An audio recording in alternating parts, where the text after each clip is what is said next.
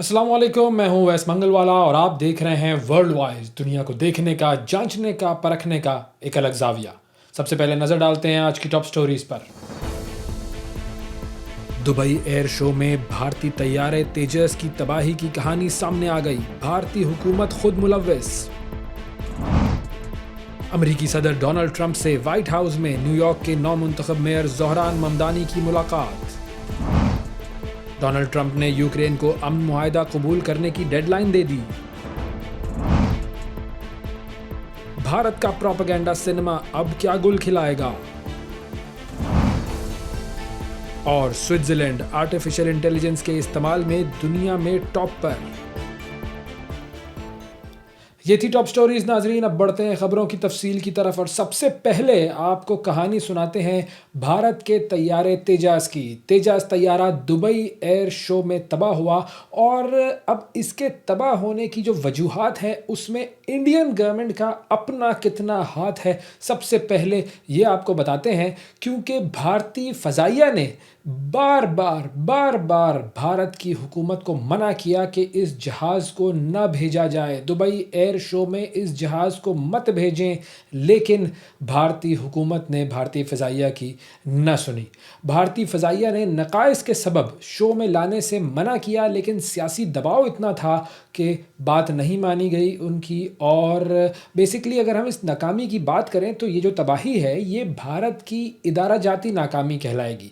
और स्पेसिफिकेशंस बदलती रहीं, टेक्नोलॉजी गैप्स थे इस तैयारे की तैयारी में, और जो डिज़ाइन था इसका वो भी बहुत ज़्यादा गैर वाज़ेह था। तो ये जो तरक्याती इसका प्रोग्राम था, जो कि तेजास की तैयारी का प्रोग्राम था, इसको काफ़ी अरसे तक रोका गया था। और ये इंडिया का अपना ये तैयार करदा तैयारा था और इसको काफ़ी अरसे तक रोका गया था क्योंकि इसकी जो तैयारी के दौरान मैन्युफैक्चरिंग क्वालिटी पर काफ़ी ज़्यादा सवालात उठाए गए थे। फिर तेजास तैयारी की जो तैयारी थी उसके दौरान पैनल में मिसअलाइनमेंट के बहुत सारे वाक़यात सामने आ रहे थे, लीकेजेस बहुत सारी सामने आ रही थी, वाइब्रेशंस जैसे मसाइल बार बार रिपोर्ट हो रहे थे।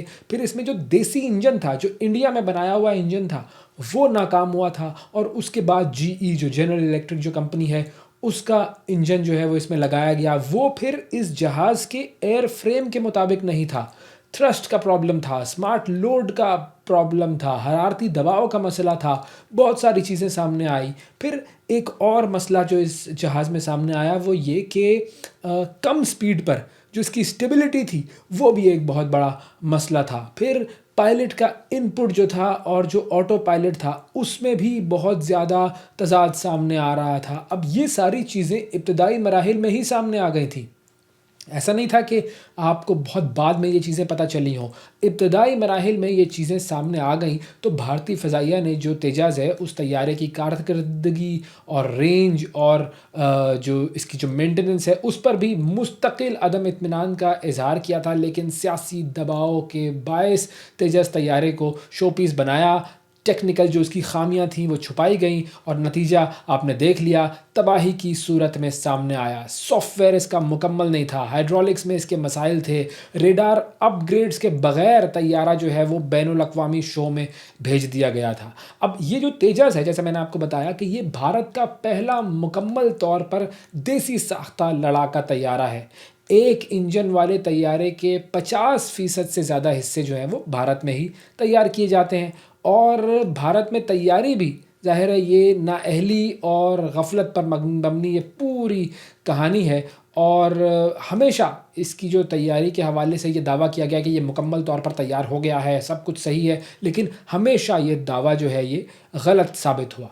ये जो प्रोजेक्ट था ये पेशा वराना महारत और जो जो एक जहाज़ बनाने के लिए एक दरकार काबिलियत होती है उसके ना होने के बायस मुद्दतों ताख़ीर का शिकार रहा। यहाँ तक कि भारतीय फ़ज़ाइया ने पुराने तैयारे इस्तेमाल करने से इनकार कर दिया था और जैसे तैसे फिर तेजस जो है वो तैयार हुआ और गुज़िश्ता बरस ये भारतीय फ़ज़ाइया के बेड़े में शामिल हुआ था। लेकिन अब दुबई में ये बिल्कुल आपने देखा कि जैसे वो ख़िज़ा रसीदा पत्ते होते हैं उसकी तरह झड़कर ये ज़मीन बोस हो गया। ज़ाहिर है अफ़सोसनाक वाक़या है, एक अफ़सोसनाक वाक़या है, जहाज़ का गिरना, एक पायलट का हलाक होना, ये एक अफ़सोसनाक वाक़या है। लेकिन भारत के साथ मामला कुछ ऐसा है कि जब आप अपने गुरूर में, जब आप अपने आप को बहुत कुछ समझते रहते हैं, तो फिर कभी-कभी कुदरत आपको सबक सिखाती है। अब जो इन्फॉर्मेशन जो रिलीज़ हुई है भारतीय फ़ज़ाइया की जानिब से, वो ये कहते हैं कि 83 तेजस तैयारों की खेप जो है, उसकी मजमूई मालियत है 45,696 करोड़ भारतीय रुपए। यानी तेजस मार्क 1A लड़ाका तैयारा जो है, उसकी एक की जो लागत है वो तकरीबन आती है 550 करोड़ रुपए। और ये तैयारा ऐसा नहीं है कि पहली मर्तबा तबाह हुआ है, ये गुज़िश्ता 2 बरस में तेजस तैयारे के गिरने का दूसरा वाक़या है। इसने आपको बता दिया कि ये तैयारा जो है, इसकी कारकर्दगी भी कुछ नहीं है और इसको बनाने वालों की भी कारकर्दगी कुछ नहीं है। इससे पहले मार्च 2024 में एक तेजस तैयारा जो है वो भारतीय रियासत राजस्थान का इलाका है जैसलमेर, उस इलाके में गिरकर तबाह हुआ था और उसमें पायलट जो है वो महफूज तौर पर बाहर निकल आया था। और फिर अब ये जो तैयारा दूसरी मर्तबा ये जो गिरा है दुबई एयर शो में, इसके गिरने के बाद हिंदुस्तान एरोनॉटिक्स लिमिटेड के शेयर्स भी गिर गए हैं और इनके शेयर्स में 2.5% से ज़्यादा कमी आ गई है। तो ये है जी कहानी तेजस तैयारे की, और तेजस तैयारे की नाकामी की कहानी है। तो इसीलिए कहते हैं कि जब आप कोई काम करें तो उसको पूरी तंदही के साथ करें, पूरी जाफिशानी के साथ करें, और ये वो मामलात हैं, जंगी मामलात, कि जिसमें आपको बहुत ज़्यादा एहतियात बरतनी होती है। और सबसे बड़ी चीज़ ये कि कभी भी किसी चीज़ को आप अपने सर पर न चढ़ाएं। यही प्रॉब्लम है इस वक्त भारत का, और यही प्रॉब्लम है इस वक्त मोदी का, कि वो समझते हैं कि वो दुनिया में सबसे बरतर हैं, सबसे आला हैं, लेकिन बार बार उन्हें इस बात का सामना करना पड़ता है कि ऐसा नहीं है। पहले पाकिस्तान ने उनके तैयारे गिराए और अब कुदरत ने भी उनके तैयारे गिरा दिए हैं। और फिर इसी हवाले से एक और रिपोर्ट सामने आई है। पाकिस्तान के साथ जंग में भारत की जो शिकस्त हुई है, उससे मुतालिक दुनिया भर से मुसलसल नई रिपोर्ट सामने आ रही है। अमेरिका की रिपोर्ट हमने आपके साथ शेयर की थी। अमेरिका के बाद अब फ्रांसीसी कमांडर्स ने भी तस्दीक कर दी है कि 6 और 7 मई की रात पाकिस्तान ने भारतीय राफेल तैयारे मार गिराए थे। और दुनिया की जो मुसल्लह अफवाज हैं, उन्होंने मई में ये जो पाकिस्तान और भारत के दरमियान होने वाली फ़ज़ाई झड़प है, इसको बहुत करीब से देखा था। और इस गैर मामूली फ़ज़ाई जंग ने मुख्तलिफ़ ममालिक की अफवाज को पायलट्स, लड़ाका तैयारों और मिज़ाइलों की कारकर्दगी जांचने का बड़ा एक नादिर मौका फ़राहम किया था। फ्रांस के शुमाल मगरबी इलाके में वाक़ नेवर एयरबेस है, उसके कमांडर हैं कैप्टन यॉक लोने। अब यॉक लोने जो है, उन्होंने मीडिया से गुफ्तगू की है और उसमें उन्होंने कहा है कि ख़राबी राफेल तैयारे में नहीं थे, उसे उड़ाने वाले जो भारतीय पायलट्स हैं उनमें ख़राबी थी।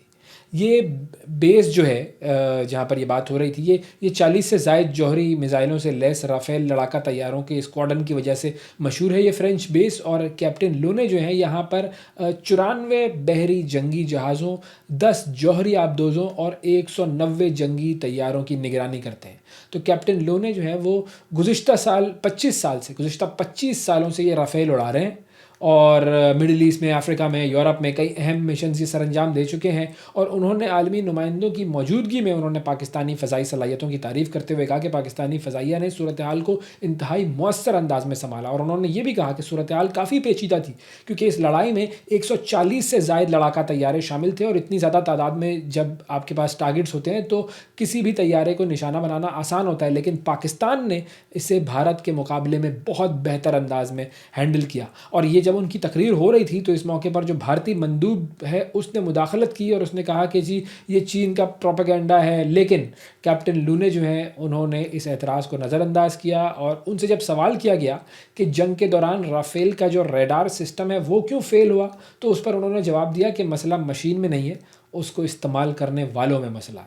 और उन्होंने एक और इंकशाफ भी किया है कि भारतीय हुकूमत जो है वो अब राफेल के नेवल वर्जन की ख़रीदारी में दिलचस्पी रखती है, जो कि समुंदर में मौजूद एयरक्राफ्ट कैरियर पर लैंड कर सकता है। और उन्होंने ये भी बताया है कि ये नेवल राफेल जो है ये जौहरी मिज़ाइल भी ले जा सकते हैं और दुनिया में सिर्फ फ्रांसीसी बहरिया के पास ये सलाहियत है। तो अब भारत ये सलाहियत भी हासिल करना चाहता है और इस तरीके से हम ये कह सकते हैं कि भारत जो है वो ये जंग हारने के बाद एक मरतबा फिर जंगी जुनून में बिल्कुल पागल हो चुका है। आगे बढ़ते हैं नाजरीन और आपको लेकर चलते हैं अमेरिका की तरफ। अमेरिकी सदर डोनाल्ड ट्रंप से वाइट हाउस में मुलाकात हुई न्यूयॉर्क के नौ मुंतखब मेयर ज़ोहरान ममदानी की, और बड़ी इंटरेस्टिंग मुलाकात थी। और ऐसा लग रहा था कि बड़ी इन दोनों के दरमियान दूरियां हैं, बड़ी मुखालफतें हैं, तो ये मुलाकात जो है वो उसमें न जाने क्या होगा, लेकिन काफ़ी इंटरेस्टिंग मुलाकात रही। अब बात करते हैं जी कुछ यूक्रेन के हवाले से। अमेरिकी सदर डोनाल्ड ट्रंप ने यूक्रेन को अमन मुआहदा कबूल करने की डेडलाइन दे दी है, और सदर डोनाल्ड ट्रंप ने अमेरिकी रेडियो को इंटरव्यू दिया है। उसमें उन्होंने कहा है कि वो चाहते हैं कि यूक्रेन अगली जुमेरात तक, आने वाली जुमेरात तक अमेरिका का अमन मुआहदा कबूल कर ले। और ट्रंप ने ये कहा है कि उनके पास बहुत सारी डेडलाइंस थी, लेकिन अगर चीज़ें ठीक चल रही हो तो आप डेडलाइन में तोसी कर सकते हैं, लेकिन अमन मुआहदा कबूल करने के लिए जुमेरात का दिन जो है वो मुनासिब है, और 27 है ये नवंबर की। और दूसरी जानब फिर यूक्रेन के जो सदर हैं ज़ेलेंस्की, उन्होंने खदशा जाहिर किया है कि अमेरिका के अमन मंसूबे की मंजूरी न देने पर यूक्रेन अपनी जो आज़ादी वकार या वाशिंगटन की हिमायत को खो सकता है।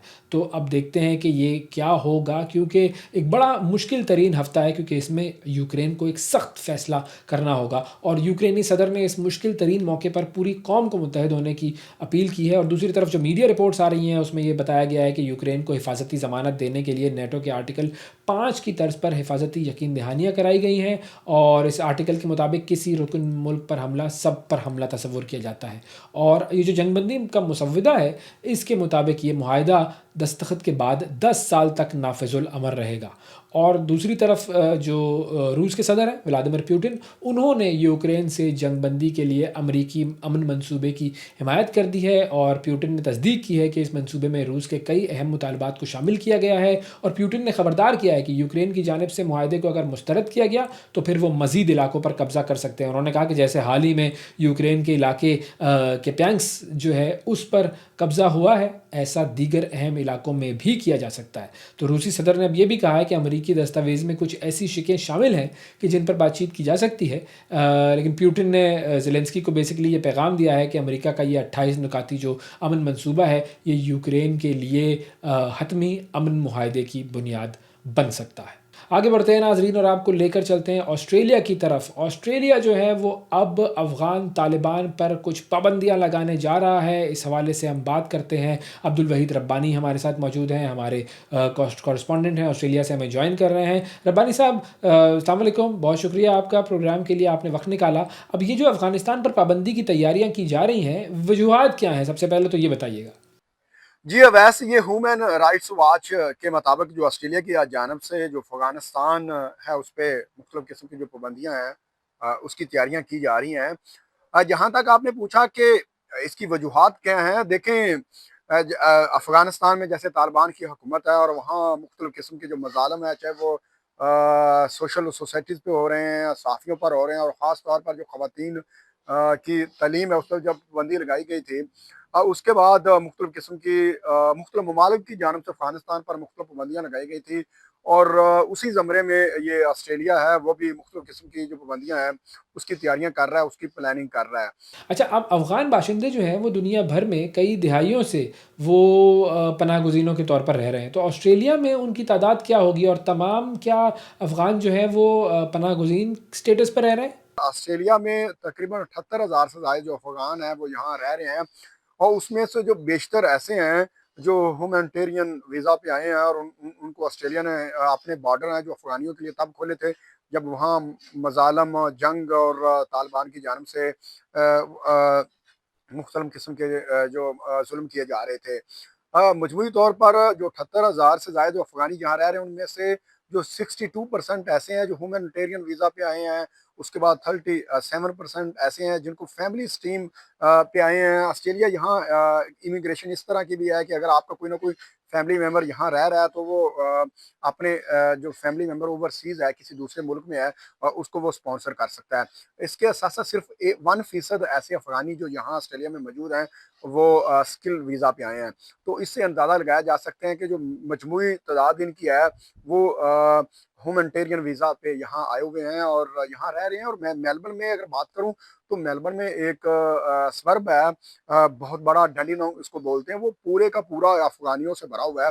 अगर आप वहाँ चले जाएँगे तो शायद आपको ये समझना मुश्किल हो जाएगा कि आप ऑस्ट्रेलिया के किसी इलाके में फिर रहे हैं। मार्केट्स हैं वो वहाँ पे दुकानों पे जो लिखा हुआ है वो भी अफ़गानी ज़ुबान में और कहीं न कहीं उर्दू में आपको लिखा हुआ नज़र आएगा। अच्छा, कई सालों से अफ़गान यहाँ पर रह रहे हैं, तो अब ज़रूरत क्यों पेश आई इन पाबंदियों की? कि जो ऑस्ट्रेलिया है ये जैसे यूएसए या फिर यूके को फॉलो करता है, जहां यूएसए और यूके में इमिग्रेंट्स के खिलाफ कोई एहतजाज, पाबंदियां या फिर उनको निकालने की बातें हो रही हैं, तो इसको उस इस कड़ी से जोड़ा जा सकता है, क्योंकि कोई भी फैसला अगर यूके में होता है तो ऑस्ट्रेलिया भी उसको फॉलो करता है, क्योंकि एक दौर में ऑस्ट्रेलिया भी यूके की कॉलोनी थी और अभी भी कहीं ना कहीं उनके जो कवानीन है वो वहाँ लागू होते हैं और ऑस्ट्रेलिया उनको फॉलो करता है। अच्छा, अब एक और इसमें इंटरेस्टिंग पॉइंट है, अफ़गान क्रिकेटर है राशिद खान, वहाँ पर लीग्स खेलता है, तो उनको भी शामिल नहीं किया जा रहा है। तो क्या ये भी इसी सिलसिले की कड़ी है? कुछ इससे कनेक्टेड मामला है?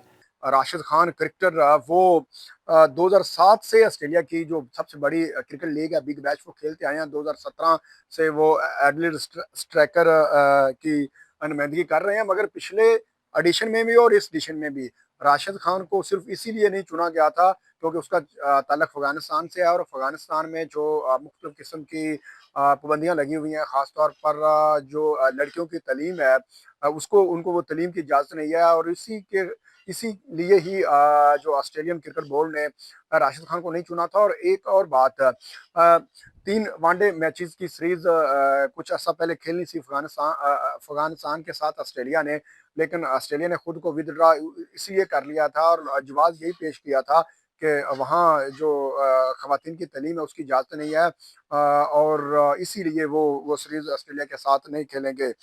तो रब्बानी साहब, आपको क्या लगता है कि इन इकदामात पर अमल दरामद हो पाएगा और क्या पाबंदियाँ सिर्फ़ अफ़गान तारकीन वतन के लिए ही हैं? देखिए ये तो आने वाला वक्त ही बताएगा, मगर जैसा कि मैंने इससे पहले भी बताया कि ऑस्ट्रेलिया यही कोशिश करता है कि वो यूके को फॉलो करता है। यूके में जिस तरह की पॉलिसियाँ बनेगी, चाहे वो इमिग्रेंट्स के खिलाफ हैं या कोई भी हैं, तो ये उनको फॉलो करते हैं। यहाँ अगर हम बात करें ओवरऑल ऑस्ट्रेलिया में, तो यहाँ अफगानिस्तान के अलावा जो इंडियन की बहुत बड़ी तादाद मौजूद है, पाकिस्तानी हैं, नेपाली हैं, श्रीलंकन है, ये जो एशियंस और बांग्लादेश से तल्लुक़ रखने वाले यहाँ बहुत सारे मौजूद हैं। और कहीं न कहीं अगर कोई भी इमिग्रेंट किसी न किसी क्राइम में या किसी वजह से किसी में इन्वॉल्व पाया जाता है, तो उसको ज़्यादा हवा दी जाती है, क्योंकि सिर्फ़ और सिर्फ़ वो इमिग्रेंट्स होता है। तो अगर इसी तरह की कोई फैसला होता है, तो यहाँ ये अफ़गानियों के लिए मुश्किल हो जाएगा। मैं समझता हूँ आने वाले वक़्त में अगर अगर ये सिलसिला शुरू हो गया, तो बाकी ममालिक से आए हुए जो इमिग्रेंट्स यहाँ रह रहे हैं, उनके लिए भी ऑस्ट्रेलिया में थोड़ा-सा मुश्किल हो सकता है, या उनको भी अगर किसी भी तरह की कोई ना कोई यहाँ वजह या जवाज़ सामने आता है, तो उसको इमिग्रेंट्स कह के पुकारा जाता है और वजह यही बताई जाती है। और अक्सर अक्सर औक़ात हमने देखा है, सुना है कि यही होता है कि अगर कोई इमिग्रेंट्स किसी न किसी जुर्म में मुलव्वस पाया जाता है, तो उसको ज़्यादा प्रोपेगेट किया जाता है। जी।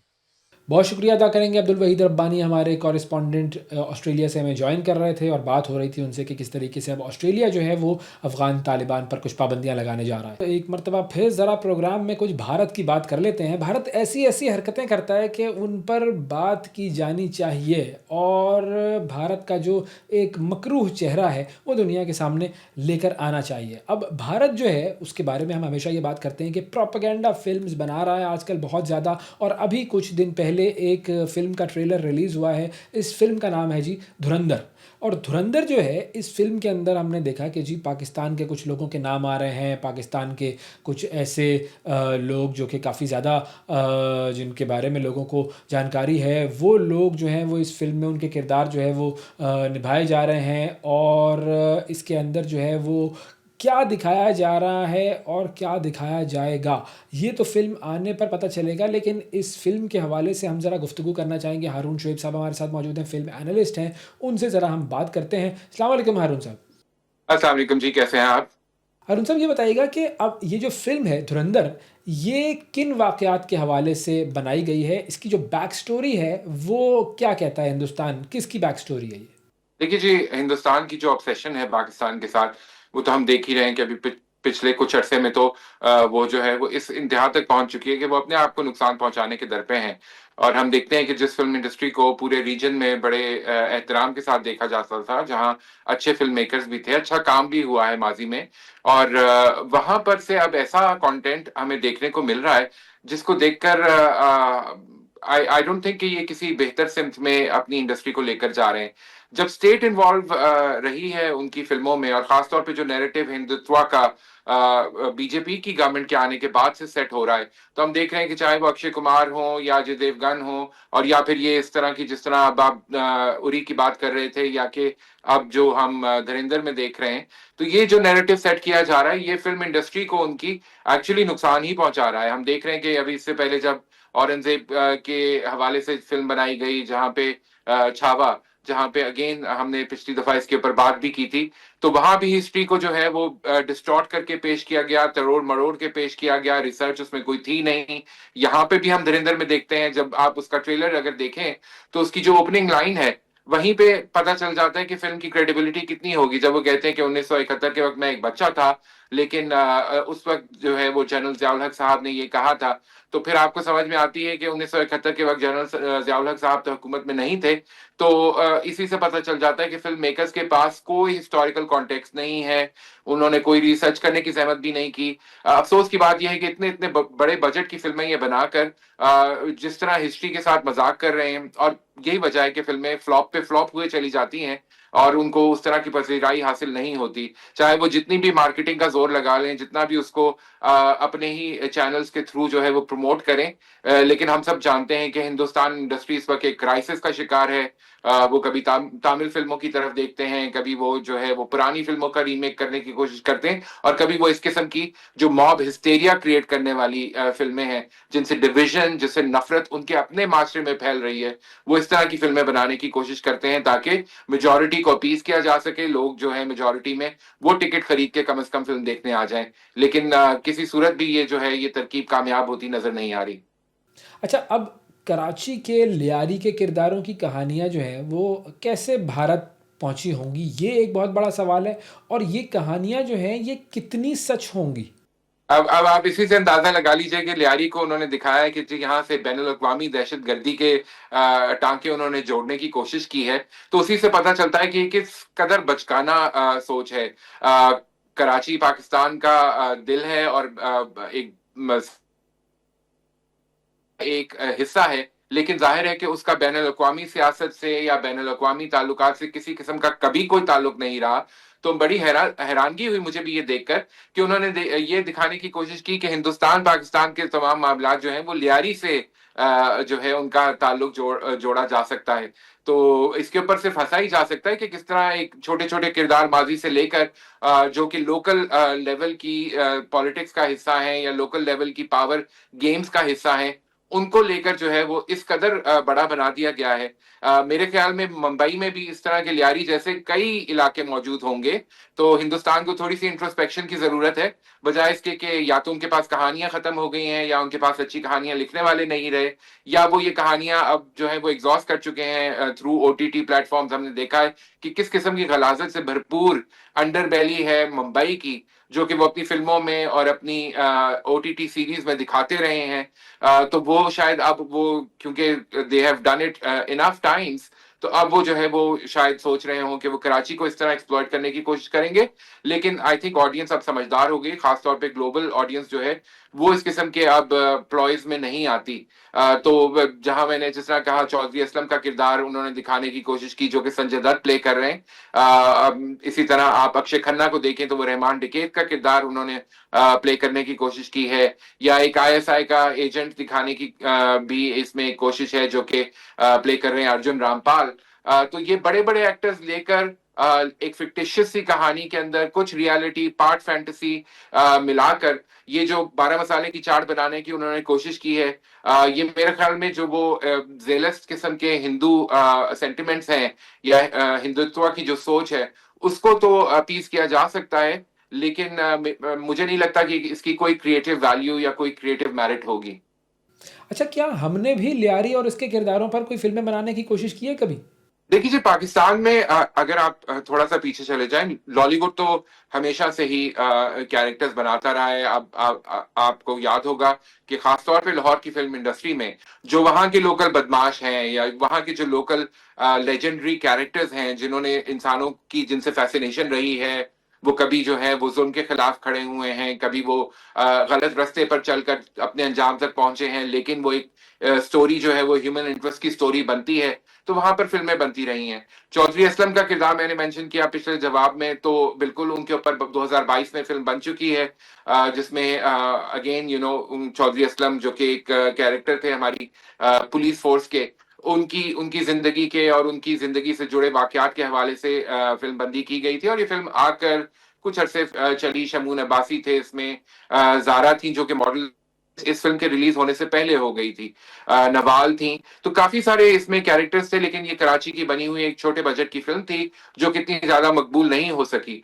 तो हम करते हैं जी बिल्कुल फ़िल्में, लेकिन मैंने ये देखा है आम तौर पे पाकिस्तान की फ़िल्मों की अगर आप बात करें, आप चाहे वो शाह जो फ़िल्म बनी थी लियारी के बॉक्सर के ऊपर कराची से, और उसको जो है वो इतनी खूबसूरत फ़िल्म है और उसको इतनी पज़ीराई भी मिलती है। आज भी जब अच्छी फ़िल्मों की बात होती है, पाकिस्तान से आने वाली अच्छी फ़िल्मों की बात होती है, तो उस फ़िल्म का ज़िक्र ज़रूर आता है। अगेन लियारी की स्टोरी थी, लेकिन वो एक ह्यूमन इंटरेस्ट स्टोरी थी और फैक्ट्स के ऊपर मबनी स्टोरी थी। ऑफ़ कोर्स फ़िक्शन रहती है, लेकिन ये है कि आप कहानी को उस लेवल तक नहीं लेकर जाते। अभी मैं रिसेंटली बल्कि कल ही देख रहा था एक इंटरव्यू जो कि है लकी बिष्ट, एक एनएसजी जो कि हिंदुस्तान की एक अपनी एजेंसी है, उसके वो एक कर्ता-धर्ता कारकुन रहे हैं और बढ़िया उनके बारे में कहा जाता है कि उनको इन चीज़ों का पता है। वो एक वीडियो उनकी वायरल हो रही है, जिसमें वो बैठकर कह रहे हैं कि जो कुछ धुरंधर में दिखाया जा रहा है, कि जिस तरह पाकि एक इंडियन एजेंट आता है और कराची की सड़कों पे वो पाकिस्तानियों को ही घसीटता हुआ लेकर जा रहा है बालों से, जो कि रणवीर सिंह उस ट्रेलर में करते हुए दिखाई दे रहे हैं। तो उसने कहा कि अगर ऐसा होने लगे, तो फिर मुल्क जो है वो उस तरह उनकी सरहदें कायम नहीं रहेंगी।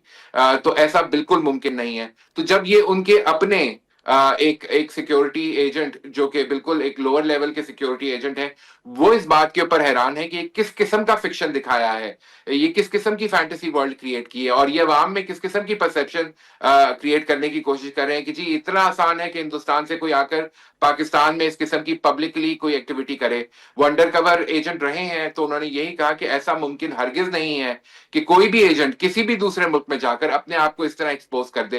लेकिन हमने देखा है कि हिंदुस्तान की ये फैंटेसी और ऑब्सेशन हमेशा से रहा है, चाहे वो एक था टाइगर हो, चाहे वो मिशन मजनू हो, कि जनाब वो आएँगे और वो आकर पाकिस्तान में ऐसे घुल-मिल जाएँगे और किसी को पता भी नहीं चलेगा और वो यहाँ से अहम राज़ लेकर चले जाएँगे। ऐसा नहीं होता। मैं तो बल्कि इंटरेस्टिंगली ये सोच रहा था कि जहाँ इतने एक्टर डाले थे, ये जो आदित्य धार साहब हैं, जो कि डायरेक्टर हैं इस फ़िल्म के, इनको चाहिए था कि एक कलभूषण यादव भी बना देते इस फ़िल्म के हिस्से में, और बहुत सारे एक्टर्स हैं इंडिया में जिनकी सिमिलैरिटी भी है, तो किसी कलभूषण यादव को भी इस में शामिल रखते।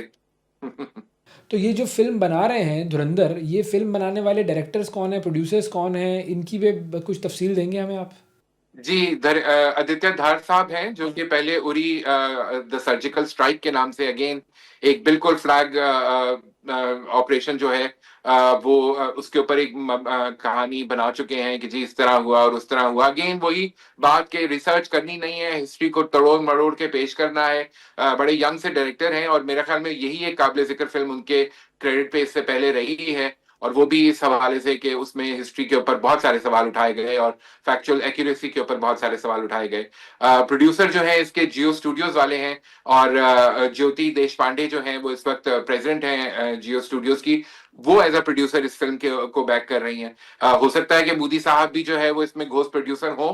हम यकीन से नहीं कह सकते, लेकिन आई एम श्योर कि जब ये फ़िल्म आएगी तो स्टेट लेवल के ऊपर, जिस तरह हमने देखा है पहले भी, मोदी साहब अपने सारी कैबिनेट को लेकर जाते हैं और फ़िल्म बैठकर देखते हैं और फिर उसको टैक्स फ्री भी कर देते हैं, ताकि उसकी जो उसके अंदर जो इन्वेस्टमेंट हुई है वो रिटर्न हो जाए। तो शायद वो इस फ़िल्म के साथ भी ये करें। अच्छा, अब अगर हम इस फ़िल्म की कास्ट को देखें तो ये काफ़ी बड़े बजट की फ़िल्म लग रही है। तो इस वक़्त क्या भारत में जो प्रोपेगेंडा सिनेमा है वो क्या काफ़ी मुनाफ़ा बख्श हो चुका है क्या? क्योंकि हम देखें अभी इससे पहले कुछ अर्सा पहले फ़िल्म आई थी ताजमहल वाली, वो तो फ़िल्म बिल्कुल ही पिट गई, फ्लॉप हो गई मुकम्मल तौर पर।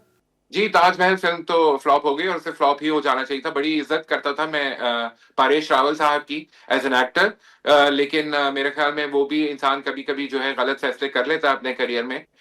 तो ये वो लोग हैं, परेश रावल साहब हो गए, अनुपम खेर साहब हो गए, और अब इस फ़िल्म में भी हम देख रहे हैं बड़ी फ़िल्में बनी हैं, बड़े बजट के साथ बनी हैं, और ज़ाहिर है कि वो कोई फाइनेंसियर जो बिज़नेस माइंड रखता होगा, वो ऐसी फ़िल्मों के ऊपर बेट नहीं करेगा या उसके अंदर अपना पैसा नहीं लगाएगा जिसके बारे में उसे पता हो कि एक एजेंडे को टो कर रही हैं और ये नहीं चलेंगी कमर्शियल मार्केट में। तो इसी तरह इस फ़िल्म के साथ भी यही हो रहा है। थाईलैंड में उन्होंने कराची लियारी को क्रिएट किया है, वहाँ पर ये बड़े अरसे चलती रही है। 120 लोग जो वहाँ पे थे क्रू वाले, वो इसको फ़िल्म कर रहे थे, और फिर दौरान शूटिंग ये पूरा 120 का क्रू जो था वो बीमार भी हो गया, फूड पॉइज़निंग का शिकार हुआ और बड़े अरसे वो हॉस्पिटल में रहे, तो शूटिंग रुकी रही। तो आप सोच सकते हैं कि कितनी बड़ी इन्वेस्टमेंट गई है इस फ़िल्म को बनाने में। लेकिन ये है कि उसके बाद भी अगर हम देखें तो सवाल यही पैदा होता है कि जब आप इतनी बड़ी इन्वेस्टमेंट करते हैं, तो वो ज़ाहिर है उसके पीछे जो है फिर पूरी स्टेट मशीनरी भी शामिल होती है, और ज़ाहिर है इसके पीछे भी इसी तरह ही है। अच्छा, अब अगर हम आज के दौर की बात करें, तो जो भारतीय प्रोपेगेंडा पर मबनी जो झूठी फ़िल्में हैं, वो हम जानते हैं कि वो झूठ बोलते हैं, वो अपनी एक अजीब-सी कहानियाँ जो हैं वो ग ग हकीकत के साथ गड़बड़ करके पेश करते रहते हैं। तो इन झूठी फ़िल्मों का मुकाबला हम कैसे कर सकते हैं और उनके असर से बच कैसे सकते हैं? देखिए जी, मेरा नहीं ख़्याल कि हमें इस बारे में परेशान होने की ज़रूरत है इस वक़्त।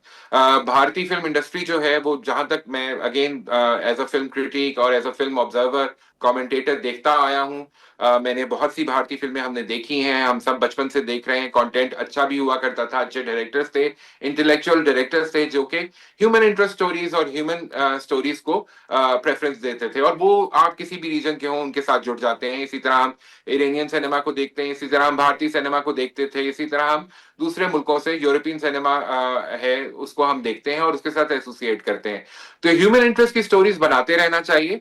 मेरे ख्याल में ये जो जिंगोइज़्म है, जिस राह पे ये हिंदुस्तान की फ़िल्म इंडस्ट्री चल पड़ी है, ये कुछ ज़्यादा काम करने वाला नहीं है। ये खुद अपने आप को it will sort of start eating on itself, और ये अपनी मौत मरेगा। कम से कम ये ट्रेंड तो मुझे ज़्यादा चलता हुआ नज़र नहीं आ रहा, because like I said, it's a business, it's a commercial business. Financier जब फ़िल्म में पैसे लगाता है, तो वो ये सोच के लगाता है कि लोग इसको देखने आएँगे। ये एक फैमिली एंटरटेनमेंट है, लोग इसको देखकर एन्जॉय करेंगे, अपने जज़्बात के साथ कनेक्ट करेंगे, और फिर ज़िंदगी में कुछ बेहतरी लाने की भी कोई राह निकलेगी। तो ये जो नफ़रत पे मबनी है, जो कि वॉयलेंस को और नफ़रत को बिला वजह प्रमोट करने वाली फ़िल्में हैं, इनकी मुझे कोई शेल्फ लाइफ़ या कोई कमर्शियल वैल्यू नज़र नहीं आती।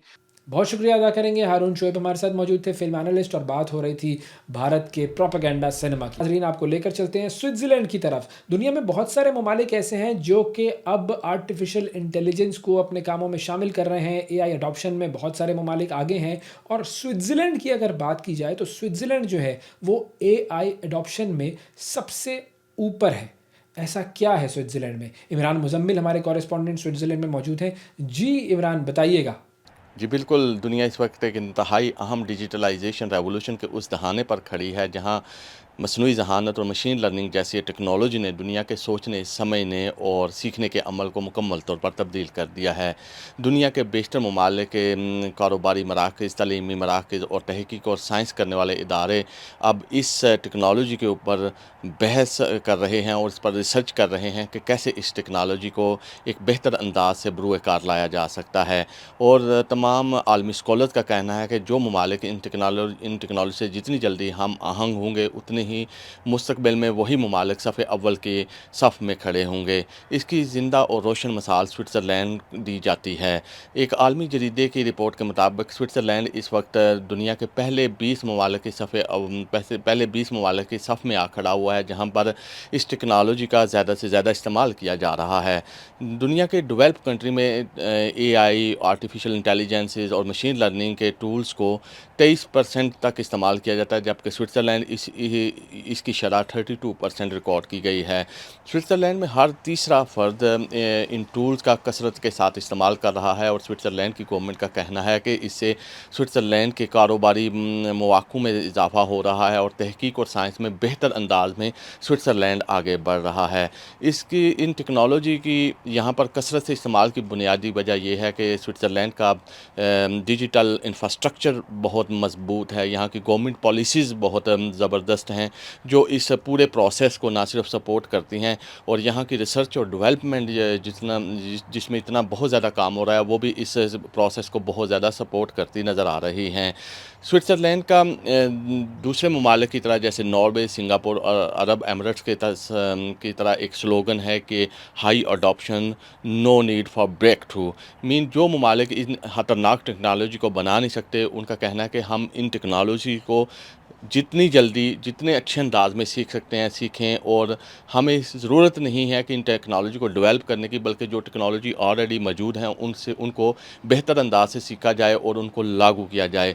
इस वक्त स्विट्ज़रलैंड में इसकी मुआशी और मॉरली इफ़ेक्ट जो हैं उस पर भी बहस जारी है। उसके हवाले से भी मुख्तलिफ जो कवानीन हैं वो बनाए जा रहे हैं और इनका स्विट्ज़रलैंड की हुकूमत का कहना है कि अब ये टेक्नोलॉजी हमारी ज़िंदगी का एक हिस्सा बनती जा रही है और मुस्तकबिल में कोई बाइद नहीं कि इंसानों को इन टेक्नोलॉजी के साथ ही जीना होगा और इंसानों के लिए ये टेक्नोलॉजी एक ऐसा एक फ़र्द के तौर पर बनकर उभरेंगी कि इसके बगैर आप कुछ भी काम परफॉर्म नहीं कर सकेंगे।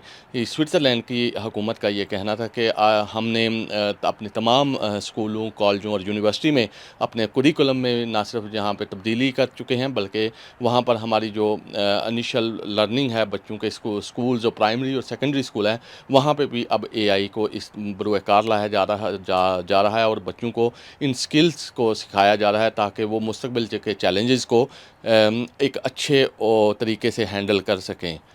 बहुत शुक्रिया अदा करेंगे नाजरीन। इमरान मुजम्मिल हमारे कॉरेस्पॉन्डेंट स्विट्ज़रलैंड से हमें ज्वाइन कर रहे थे और एआई अडॉप्शन के हवाले से बात हो रही थी। सीखने वालों के लिए बहुत कुछ है इसमें, बस सीखना चाहना चाहिए, इंसान को सीखने वाला होना चाहिए।